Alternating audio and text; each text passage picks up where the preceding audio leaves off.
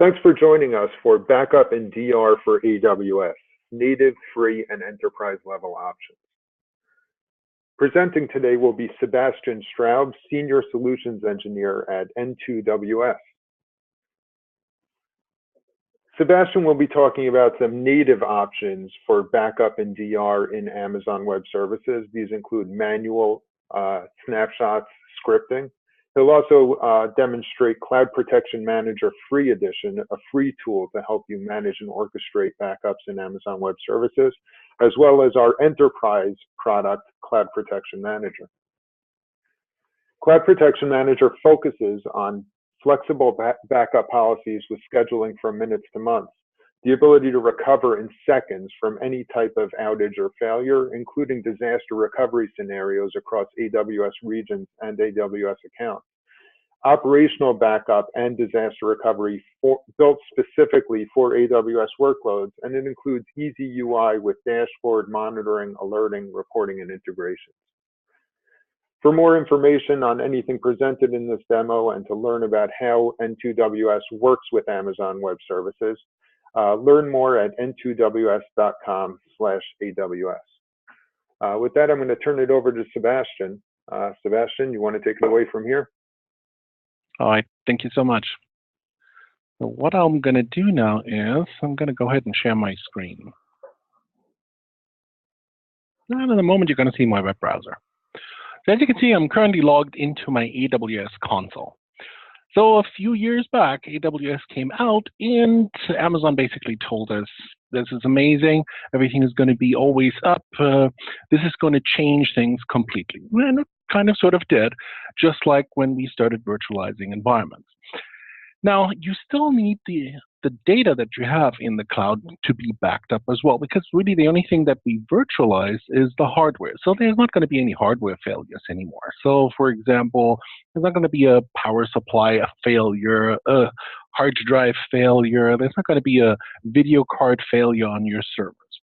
But the data can still fail. Operating systems can still fail. You can still get a ransomware attack, a virus infection, and such. Now, what you're seeing right now, that's my AWS console with my entire production environment. If I wanted to take backups off my production environment, absolutely I can do that. There is some native tools within AWS that will allow me to do this. And it's done via snapshots. And you find them right over here. All right, so how do we back up our production environment? Well, okay, so I can click Create Snapshot, and then it's going to ask me for the volume name that I actually want to back up. Well, I don't know what the volume name is, so let's go back then. All right, so now I'm going to choose the server that I actually want to back up, and I'm going to go and look for the volume name. Okay, so I'm pretty lucky here in this case because this server actually only has one volume. So now I have the volume name. Great. Let me copy this now. I'm going to go back to my snapshots. I'm going to create a snapshot. Now I have the volume name, so I'm going to paste this in here. Now I'm going to create that snapshot, and now I have my backup, right? Well, kind of, sort of, because what you have at that point is basically a pile of data. A lot of prospective customers that I talk to, they say, well, once I have my snapshot, that's a backup, right? Well, it's not really a viable backup because the snapshot alone won't help you.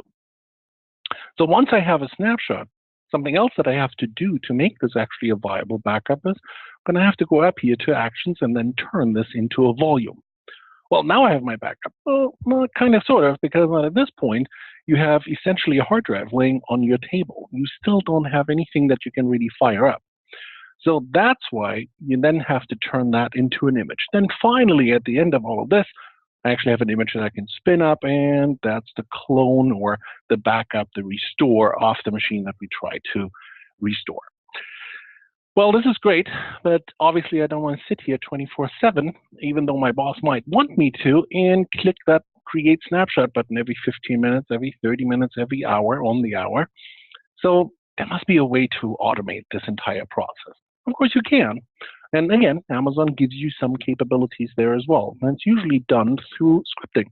The Lambda scripting allows you to fire off the snapshot creation. And you could say, well, yeah, well, then I can also automate the entire process of turning this into a volume and into an image and all of that. Well, yeah, you could, absolutely. That's entirely possible.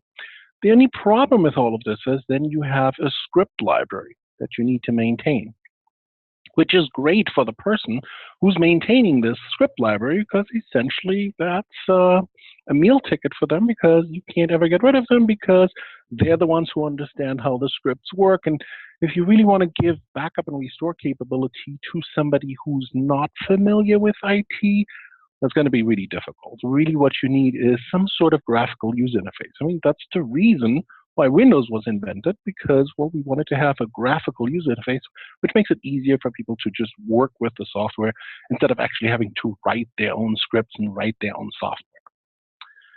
So that's really where Cloud Protection Manager comes into play, because there are huge shortcomings within AWS. It's an incredibly powerful infrastructure, but it really has strong shortcomings, much like Windows. Because, yes, how many people do you know who are actually using Windows to perform backups? Probably not. So that's why backup programs came along. And the same thing goes for other functionalities that are just not within the infrastructure. So let's talk a little bit about Cloud Protection Manager. So with Cloud Protection Manager, I'll show you this. How do I get a hold of this? Is this some software that I need to install? Do I need to fire up some service to install this software on? It couldn't be simpler. Cloud Protection Manager is a self-contained Amazon image. Essentially, it's an appliance that you can just simply pick up in the AWS marketplace. That's also one of the reasons why we're looking at my web browser. It's pretty simple. All you have to do is you choose which region within your AWS you'd like to spin up Cloud Protection Manager. Then you're going to hit the Continue button, and then shortly after that, that's going to spin up Cloud Protection Manager in your AWS environment. And this process doesn't take a long time. It takes about 60 seconds. Once Cloud Protection Manager is actually up and running within your AWS environment, within the region that you chose, you can then communicate with Cloud Protection Manager through a web portal. And this is what it looks like. Now, as you can imagine, I already fired mine up. It's already configured, so that's why it's asking me for a username and password. The very first time you're going to fire it up, it's going to ask you a couple questions. So it's going to say, well, do you agree to the user license agreement, and can we have your firstborn, and a couple other things as well. We'll actually talk about these questions in a moment. Right now, what's important to notice is that this username and password has nothing to do with my AWS account. This is a Cloud Protection Manager backup and restore account that I can define within Cloud Protection Manager. So that's what I'm going to do now. I'm going to log into Cloud Protection Manager. All right, this is what it looks like. I know, looks a little bit confusing at first. There's a lot of buttons, a lot of features, but trust me. In about 15 minutes, all of us here on the call are going to be experts at Cloud Protection Manager, because it's truly that simple. So you have this band, this blue band of tabs up here. That's really your main way of communicating with Cloud Protection Manager. Backup Monitor, that's the first tab. This shows you a chronological list of all of the backups that Cloud Protection Manager has performed for you. And of course, I can start filtering this by policies, by AWS accounts, and by Cloud Protection Manager accounts, and a couple other things as well. Then I also have two more buttons here. Everything within Cloud Protection Manager is policy and schedule driven. So first off, I would want to create a schedule. Well, how often do you want to back up? So here I have my Windows Farm, my RDS, my Linux, my Exchange, and of course I can create my own schedules as well. How often do I want to back up? Once a week, once a day, once an hour, or down to the minutes?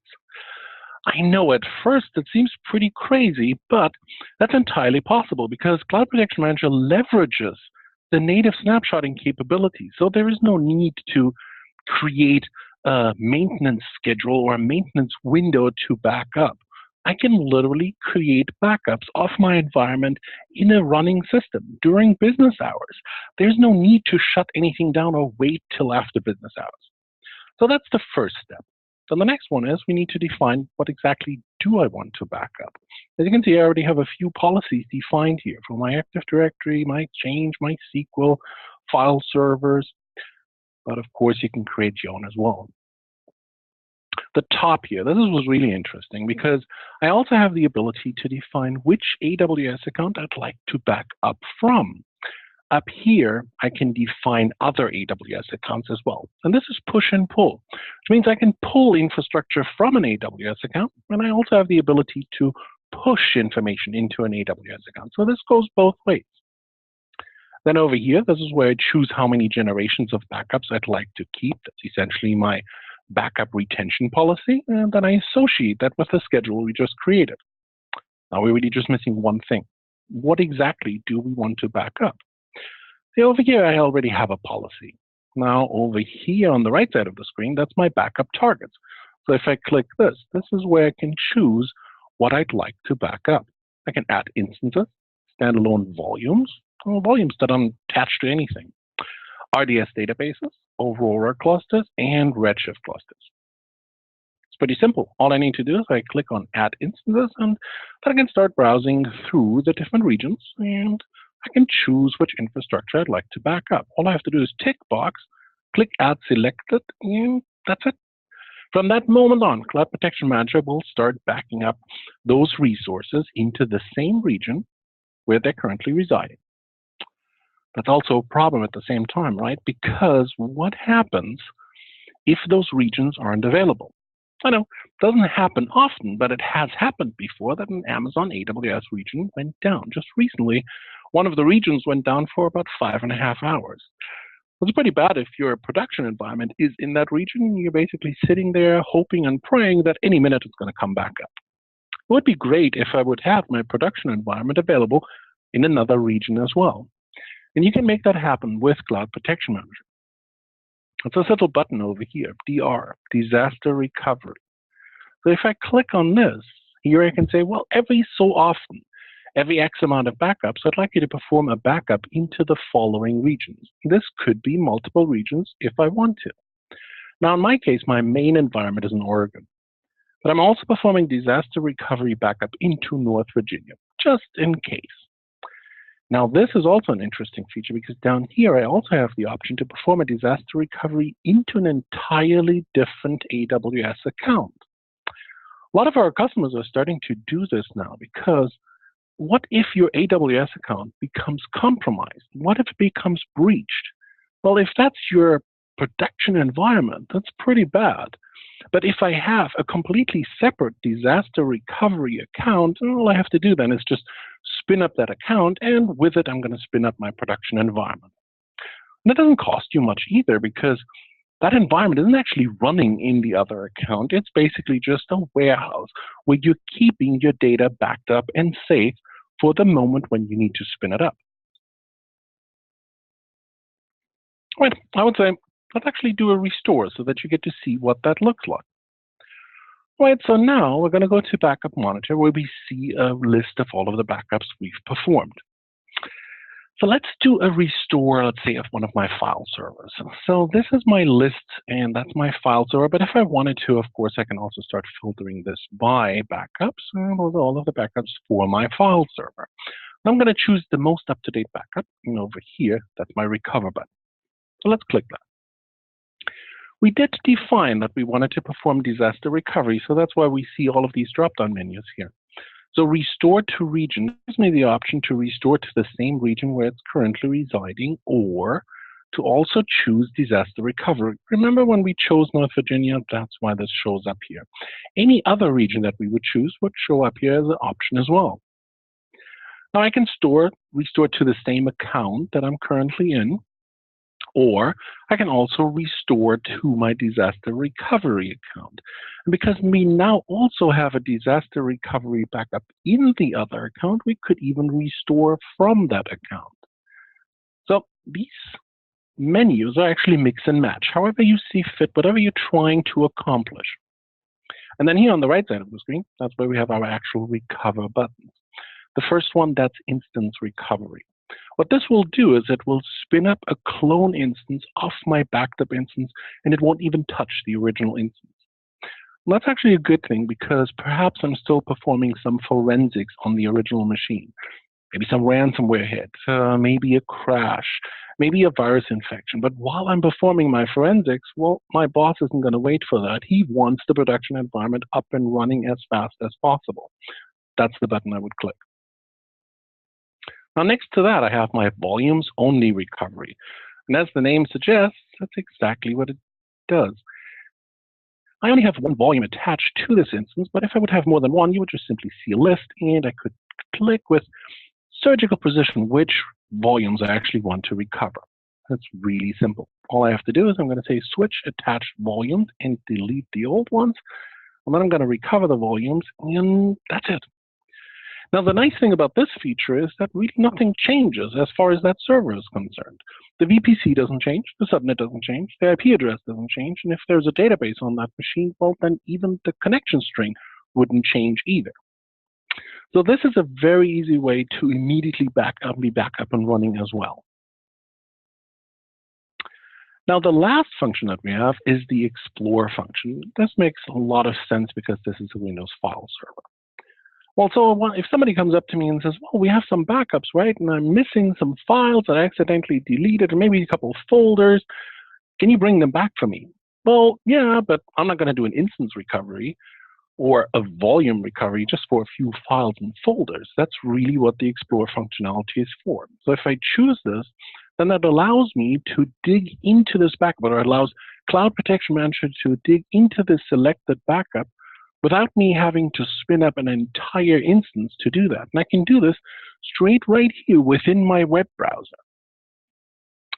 So now it shows up, and that's the volume that's attached, and any other volumes that I would have, I would be able to browse through as well. Yes, this is a Windows server, but it really doesn't matter. Cloud Protection Manager is completely OS agnostic. It doesn't care if it's a Windows server, if it's a Linux server. It just sees your instances and backs them up with every data that's attached. It doesn't even matter if the volumes are encrypted or not, because Cloud Protection Manager also has the capability of handling encryptions as well. As a matter of fact, we even have the ability to back up volumes and instances that are encrypted into other regions and into other AWS accounts, and Cloud Protection Manager is going to handle all of the keys that are necessary for this. So this is really a simple way for me to restore just exactly what I need. All right, so I would say let's do a full recovery now, because we really want to see how fast a full recovery can work. Now, we did talk about database servers, so let's pick a database server. This is my Linux farm policy. This actually contains one of my SQL servers. So I'm going to click my recover button now. And as you can see, within this policy, I actually have more than one instance. So here I have my Apache, and that's my SQL. Okay, so I'm going to click Instance Recovery this time. And I get a few more options at this point. All right, so here I could choose to spin this into a different VPC, into a different subnet, assign this to a different security group, or maybe we always talked about that we needed to change the instance type, but we never got around to it. Well, why not do it right now as we're doing the recovery? I can actually make that change as I'm doing a recovery. I don't use static IP, so let me get rid of this, and here's recover instance. If I click this button now, I'm going to get a message. Are you sure you want to do this? Absolutely. Let's click the OK button, and we're going to get another message after that. So operation succeeded. One instance was launched. And if we're quick enough, I can actually show you how this is working right now within my AWS console. So this is my console, and this is the server that we're recovering right now. It was really just one click. Right now, it's still in pending process, so that's why this button here is yellow. It's not going to stay like this for a long time, probably another 30 seconds or so. This button is going to turn green. At that point, because of a feature that Amazon calls the lazy loading feature, that instance will actually be fully up and running and operational, with my SQL database being immediately able to actually accept SQL queries. So right now, that button turned green, and even though it's still initializing, I could immediately make use of this machine. A couple other things within Cloud Protection Manager as well. So here in my case, I'm actually using the free trial. This is not the free version, but we'll talk about that in a moment as well. But let me show you, because we did talk about multiple AWS accounts, how I can make use of them. See up here, that's my accounts functionality. So if I click on this, here I can find the different AWS accounts that Cloud Protection Manager has access to. As you can see, I actually have access to 4 different AWS accounts. Now you're probably wondering, okay, so then what's users for?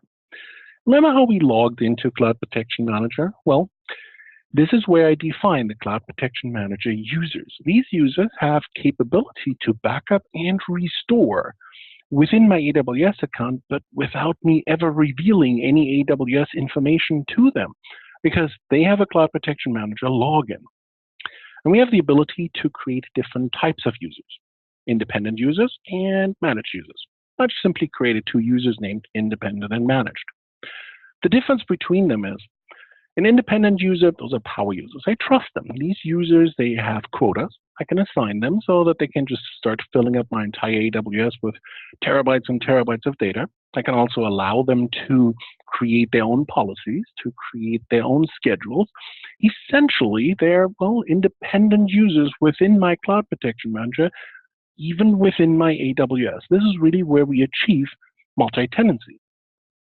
These users don't even have to be able to see each other's environment either. So if I wanted to allow maybe a customer to have their own section within my Cloud Protection Manager, that's what I would choose. Or maybe a certain department should have the ability to perform their own backups. Now, I can also be very granular about the capabilities, such as, well, this person is maybe an auditor. He's just allowed to see that we're performing backups, but he can't actually do backups. Well, maybe I do want him to be able to do restores, or I also want to give him the ability to do a restore plus a file level recovery, which is pretty powerful. So then what's a managed user? Well, a managed user is very similar. The same principles that I just described, they apply to managed users as well, but with the added functionality that I can look over their shoulder as the admin. I can create policies for them. I can create schedules for them. And I can also include them into my reporting and into my auditing as well. Because it's really also a shortcoming of AWS as well. Because as you can tell by now, Cloud Protection Manager is a pretty powerful utility. It can do a lot of different things. So that's why auditing and reporting is very important. So for example, if my boss calls and says, hey, can you tell me what a certain user's been up to in Cloud Protection Manager with our backup solution? Well, absolutely. That's what the audit report button is for. So this allows me to actually run detailed audit reports. So they're very nicely formatted as an Excel sheet. I can simply attach them to an email. So here we can see if a user logs in, logs out, deletes items, moves items, makes changes to the configuration, does a file level recovery. Everything you do within Cloud Protection Manager is actually audited in detail. So if you would have a disgruntled employee who's doing things they shouldn't be doing, that's no problem at all. Because you would very easily find out about this during the auditing within Cloud Protection Manager. Now this is per user, but of course, you can also run the same type of audit report for the entire user population. And that's done down here, audit report for all users. And I would do that if I'm not entirely sure which user I'm looking for, but I do know what action I'm looking for. Matter of fact, this entire row here contains reports, such as maybe I have to prove to an auditor that we're actually performing backups. It's easily done because this is the report that I would need. So here I can see that we're performing backups, and if I wanted to, I even have additional reports which will allow me to drill down into the instance, into the volume, and even down to the snapshot level, if that's what I require. Now, this also is a very important report because that's usage report for all users. Remember when we talked about that you have the ability to have several different users? Well, maybe I want to have an overview of what they're actually doing in my environment. As you can see, I don't have that many users here in my environment, but you get the idea. So here, for example, I can see if who backs up instances, independent volumes, RDS databases, and so on. So this, as I said, gives me a pretty good look on what users are actually doing with the backup solution. Now, with the monitoring, the reporting, and the auditing, well, then obviously the next step is notifications. So we do that as well with Amazon SNS. So if I wanted to receive a nice daily summary that the backups are actually being performed, I can make that happen. And of course, also I have my alerting functionality. So if something isn't working quite right, let's say a region is down, that's why we can't perform a backup, because you're asking to perform a backup of a resource that isn't currently available. That would trigger an alert. Now, regions going down, that's always a very scary thought, but let's think about this a little bit more. As a matter of fact, let's play devil's advocate for a moment. So Cloud Protection Manager is a backup solution, which is an appliance which sits in my AWS, and it sits in a certain region within my AWS. Now, this is where I become mean. Well, what is going to happen if the region that hosts my Cloud Protection Manager is actually the region that is going to go down? Well, that's not so bad, because Cloud Protection Manager has the capability of backing itself up as well. Well, that's what I'm doing right here. I actually have a policy which allows me to back up Cloud Protection Manager, and I don't even have to configure this because it knows, yeah, you want me to back up myself. And I also have the option to define disaster recovery here as well. In this case, I'm performing a disaster recovery into North Virginia, just in case my production environment in Oregon goes down. All right, so then how do I get this back? Well, it's pretty simple. That's what the AWS Marketplace is for. So if my region goes down, I'm going to go over to the Marketplace. I'm going to install Cloud Protection Manager again in my disaster recovery region. I'm going to hit the Continue button, and that's going to spin up Cloud Protection Manager. The entire process, as we already talked about, takes about 1 minute. Then once it spins up, it's going to ask me, well, are you spinning up a new version of Cloud Protection Manager, or are you performing disaster recovery? Would you like to import the old data? And I have that option then, because I performed the backup of my data. So that import process takes about 30 seconds.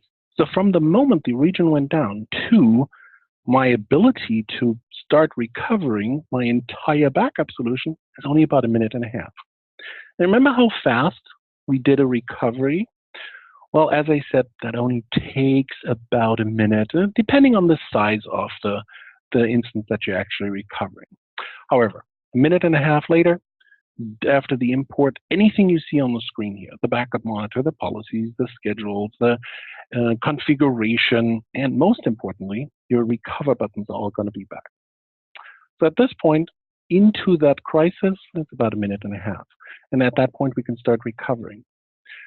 Now, this is really where Cloud Protection Manager starts to shine, because it doesn't matter if you're recovering 1 instance or if you're recovering 100 instances, the time is exactly the same. If a recovery takes about 1 minute, well, the recovery of 100 instances takes about 1 minute. Because once we issue that recover functionality, we're actually making use of AWS infrastructure on the back end. So we have the ability to restore 100 instances simultaneously. And I should mention that Cloud Protection Manager actually has an API for this as well.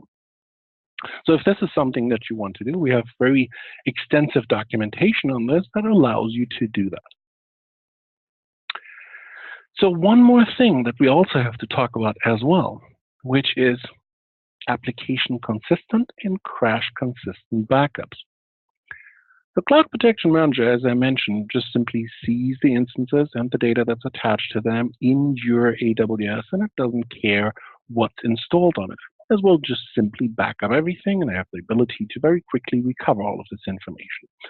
But what you're going to get with this type of backup is a crash consistent backup, which isn't bad, but well, if it's a server that actually hosts a SQL database, an Oracle database, that's not so good, because you're not going to be able to capture the information that hasn't been committed yet to the database. You're not going to be able to capture the information that is still on RAM that hasn't been committed to the hard drive yet, or the virtualized hard drive yet. So what you would get, as I mentioned, that's called a crash consistent backup.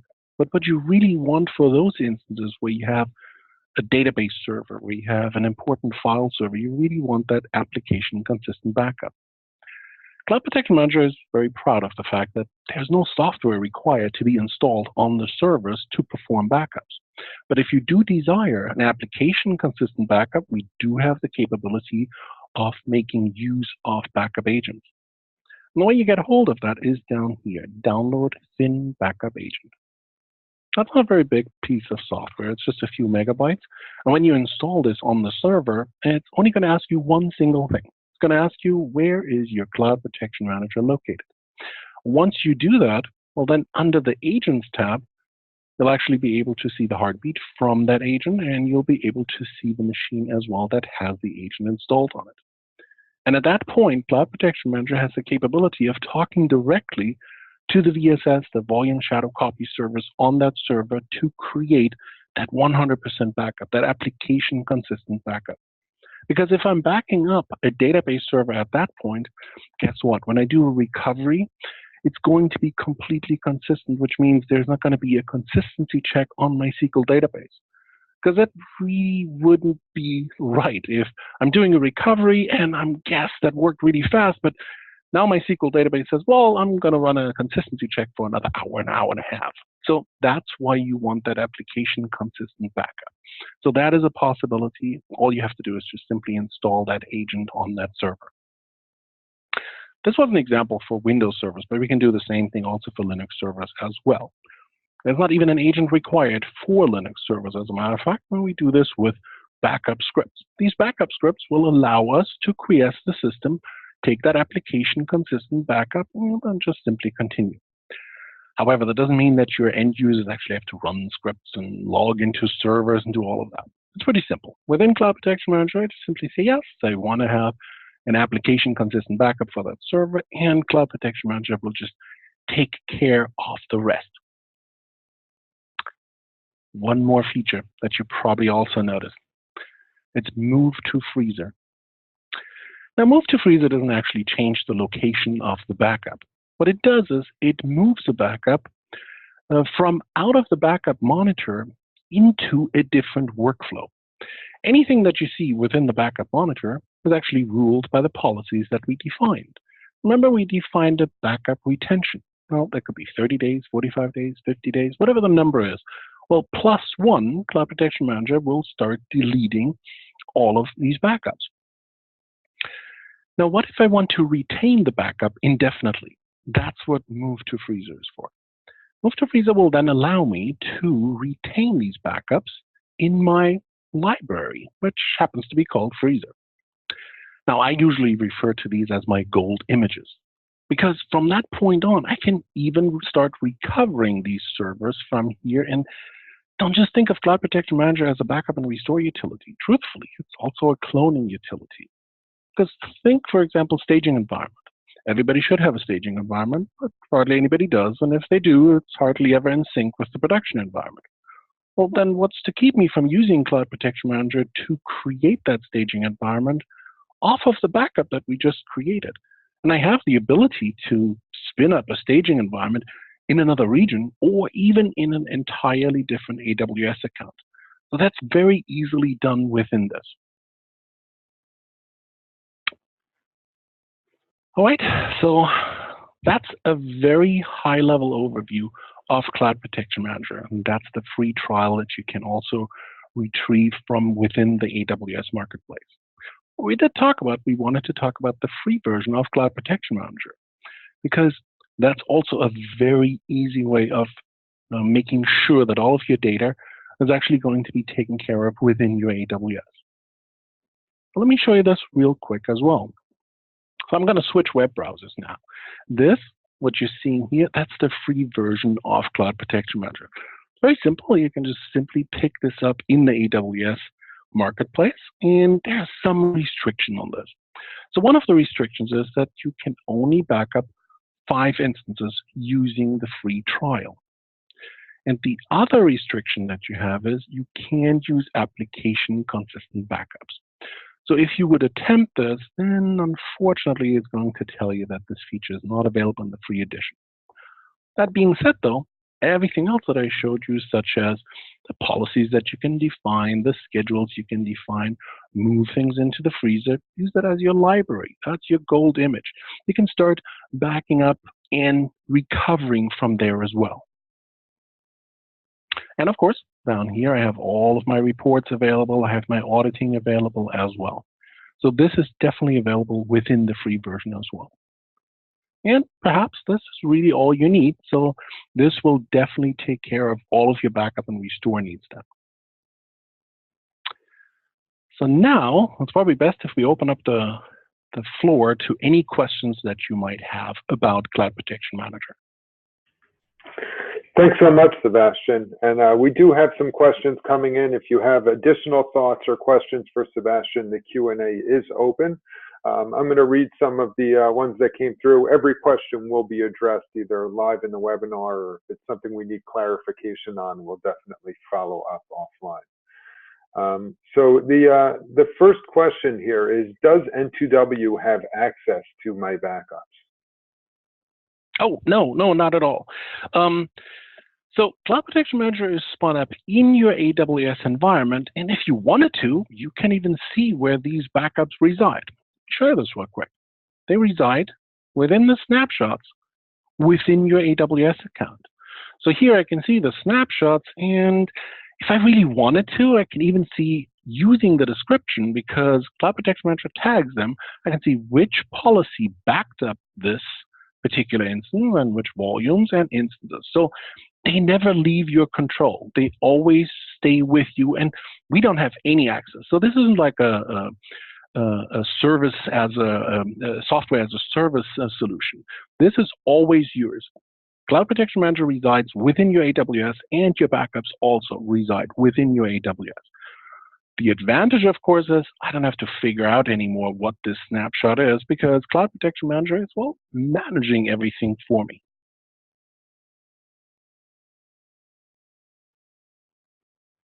Any other questions?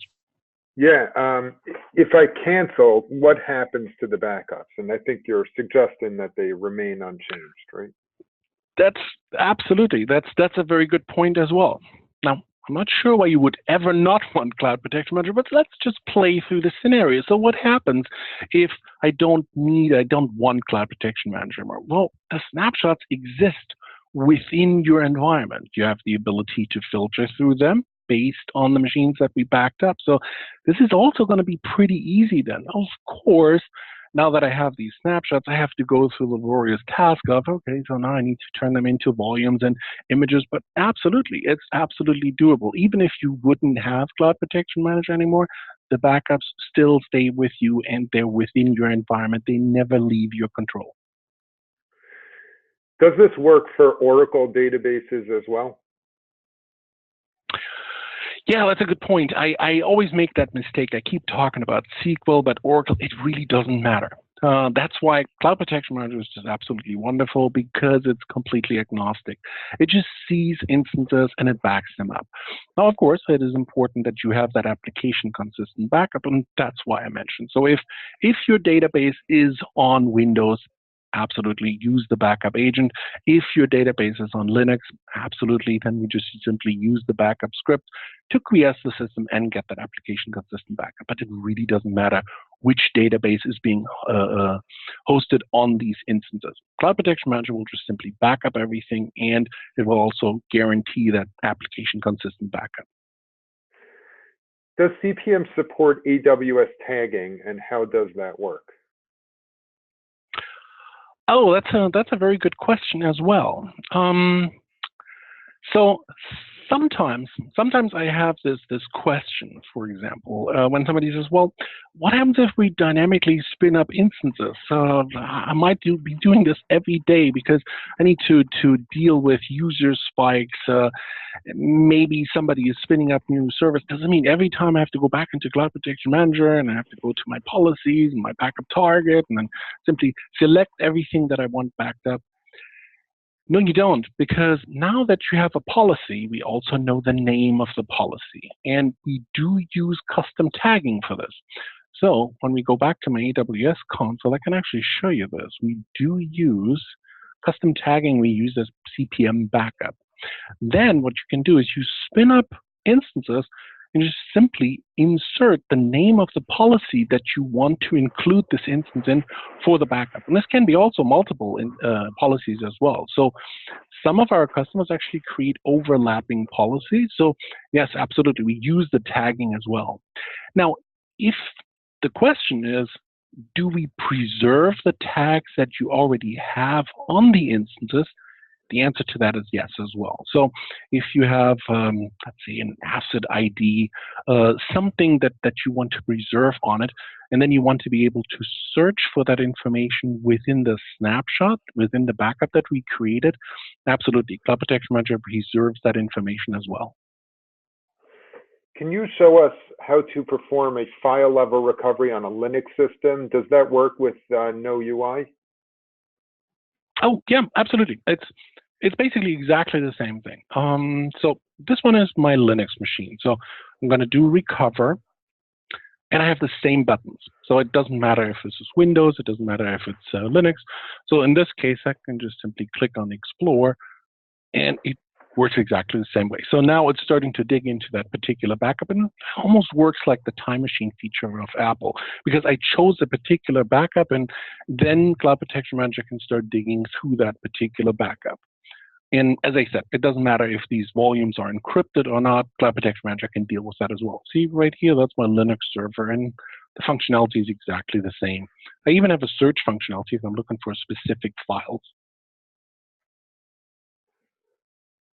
Great. You suggested backup target is the source. Where is the backed up data actually being stored? So the backed up data is in your snapshots.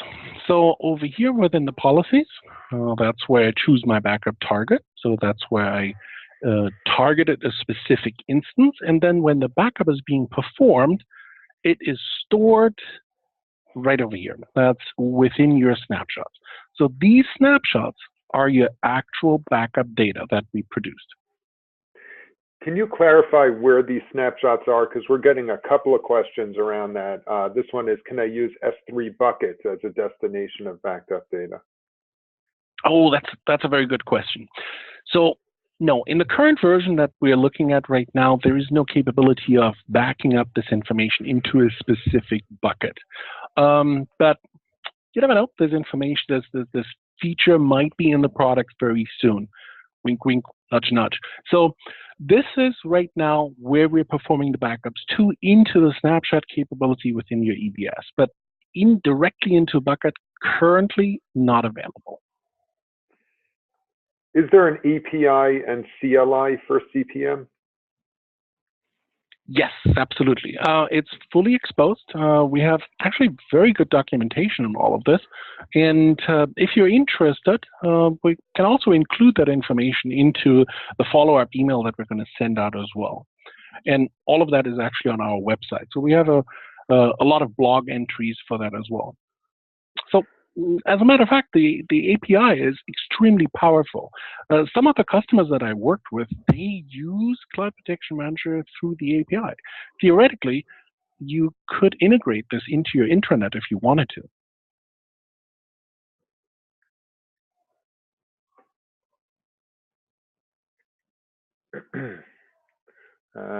We got quite a few more questions, and we'll continue going through them if that's okay with you, Sebastian. We do have some added time. We will follow up on all posted questions with a written reply as well. So another one around DR. If I do a full DR to another region, do I need to copy my base AMI to that region as well? No, not at all. Well, I should probably qualify this. So when I perform a backup using Cloud Protection Manager, now I'm going to show you something that you really never have to set. This is something that Cloud Protection Manager does automatically. But I'm going to show you a little bit behind the scenes. So this is my Windows server. Now over here under Configure, what's going to happen is Cloud Protection Manager recognizes that we're trying to back up a Windows machine. So by default, it will perform a snapshot with an initial AMI. Every subsequent backup will then be done with a snapshot. And the reason for that is because Windows doesn't like being recovered just from snapshots. It likes to have an AMI available as well. This makes it just simpler because then you have the metadata of the virtualized hardware. So only the initial AMI we will back up, but then every subsequent backup will just be simply one of those snapshots. That would be the correct way of doing it for Windows machines. And now if we do the same thing with Linux, see over here, if I go to Configure, by default, it will take snapshots only because Linux doesn't really care much. So that's why we're just performing the snapshots. So you're right. The initial backup of your Windows machine will include an AMI as well. Every subsequent backup, no, it's just going to be the snapshot. Is the thin backup agent required for AWS RDS backups? No, not at all. As a matter of fact, you wouldn't really have the capability of installing that thin backup agent on an RDS instance anyway. That's a good point, though, because I didn't really show you what that looks like. So here, for example, that's my RDS policy that I'm using, and it's pretty simple. So over here, that's my RDS instance. Really, all you need to do, let me just remove this so I can show you this again. I have my RDS database right here in this region. That's pretty simple. Just tick box, add selected, and it's going to start backing it up. So there's no need to do that. When we initiate the backup, then the RDS instance will actually know that we're attempting to back it up. As a matter of fact, you're even going to see that entry in the log files for the SQL as well, if this is a SQL server that you're emulating on RDS. So the short answer is no, there is no need to install the agent on it.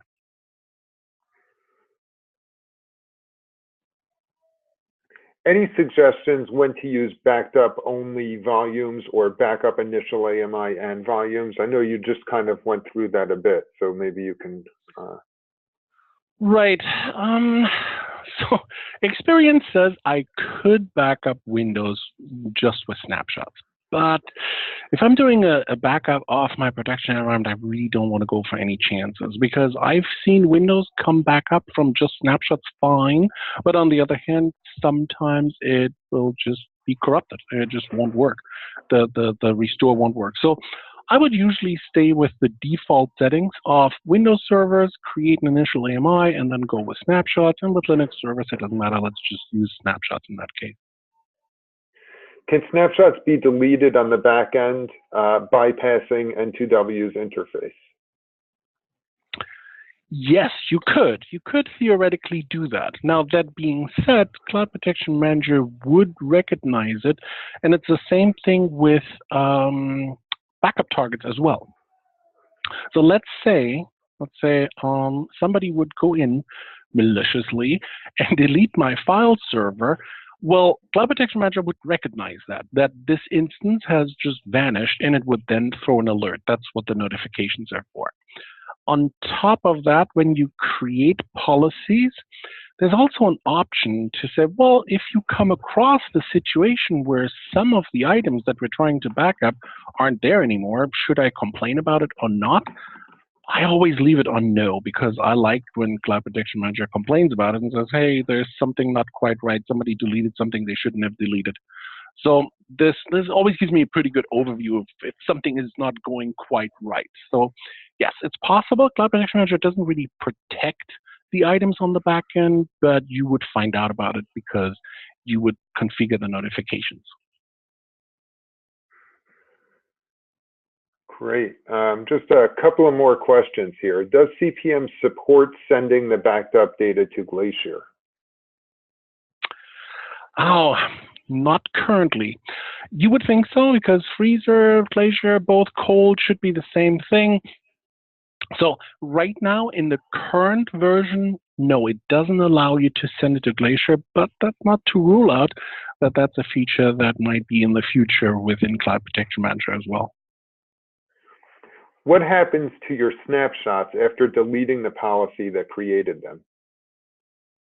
Oh, that's a very good question as well. You actually have different options. See over here, that's one of my policies, and if I want to delete the policy, I can just simply delete the policy, but that will leave the snapshots, or I can say, well, I just want to delete the snapshots and I want to retain the policy. So you have different options if you want to retain the snapshots that you created, or if you don't want to retain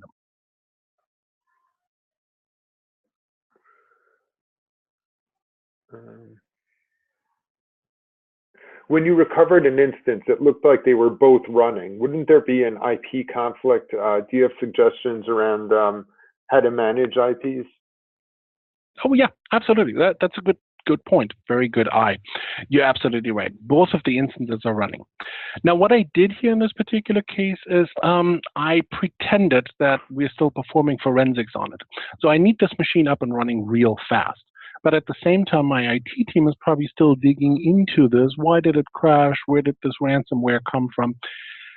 It really depends on the situation. Sometimes you wouldn't have the instance running and it would be in a stopped state. It would be crashed and probably want to do something else with it. But if both instances are running, remember when we did the recovery, it gave me the option to define what IP is going to be used. And I said, well, I don't have static IP, so I'm going to get rid of this. So it's just going to grab another IP because that's how I have it configured in my environment with my VPC. So the two instances actually have different IPs when the other one spins up. Remember, that's why I was saying you do have the ability to spin up in a different region, in a different AWS account, so then that wouldn't happen because it's not going to spin up, or at least I didn't allow it to spin up with exactly the same IP. I mean, theoretically you could, but just like you said, you don't want to have an IP conflict on there. And then I also have the option, if I don't need to retain the original instance, which of course is a possibility, and I just don't want anything to change, the IP should stay the same, the connection string to my database should stay the same, then I would just simply recover in just the volumes off this machine. So good eye, that's absolutely true. But as I said, it's really just something how you want to do the recovery. It's completely up to you. Does CPM support exporting or replicating snapshots to another region as a replica copy? So, well, that would be the DR. So I don't have to say, oh yeah, I took a backup here. Gosh, do I have one? Yeah, I guess here my Active Directory. With my Active Directory, I'm actually not performing a disaster recovery. So do I have the option now to later on, after the fact, after I took the backup, to say, well, now I want to move it into a different region? I don't have that capability. But that being said, there's really nothing to keep me from saying, well, I just changed my mind. I want to turn on disaster recovery into a different region. I'm going to hit apply. And once I do that, then I run ASAP. I want immediately a disaster recovery being created in the other region or in the other account. So yes, you could trigger the process.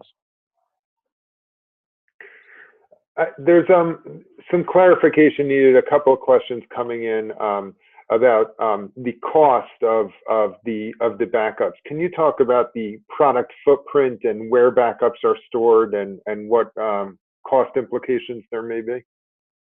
Oh yeah, that's a very good question as well.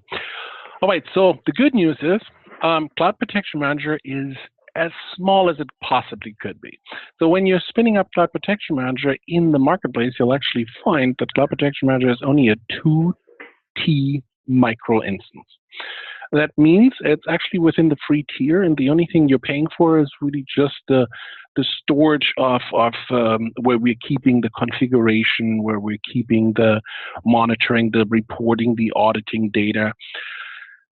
The price for that is very, very small. I would say it's a few dollars. In my environment, when I play around with it for an entire month, Cloud Protection Manager being up and running, it's about $5, just for storage, if that. And like I said, T2 Micro is free tier available anyway. Now, if you go with the enterprise version, it's a little bit smaller. It's a T2 small, but it's also really nothing to worry about. Now, the backups themselves, that's a good question as well. Yes, there is a cost involved with these snapshots, with the backups that I'm creating. Now, I do have the capability within Cloud Protection Manager to define where these backups are going to be stored. So I can actually choose for my disaster recovery to choose a very cheap region. That's one of the reasons why I always choose North Virginia, because that's the cheapest region where you can store them. But the bill for these backups that you're performing, the storage, you would be getting that from Amazon. So this isn't something that you would be getting from N2W. Now, I should mention, and probably everybody here on the call probably knows this, that the snapshots are actually just incremental snapshots.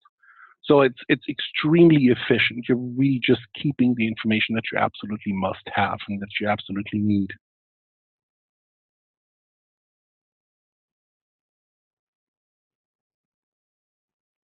this is good. We have a lot of feedback, a lot of questions. Absolutely. So a lot more questions coming through, but we put you through 20 already, and I'm going to call it on behalf of the audience, but we'll definitely follow up with all of the other pending questions via email. Thank you so much for your participation and engagement today.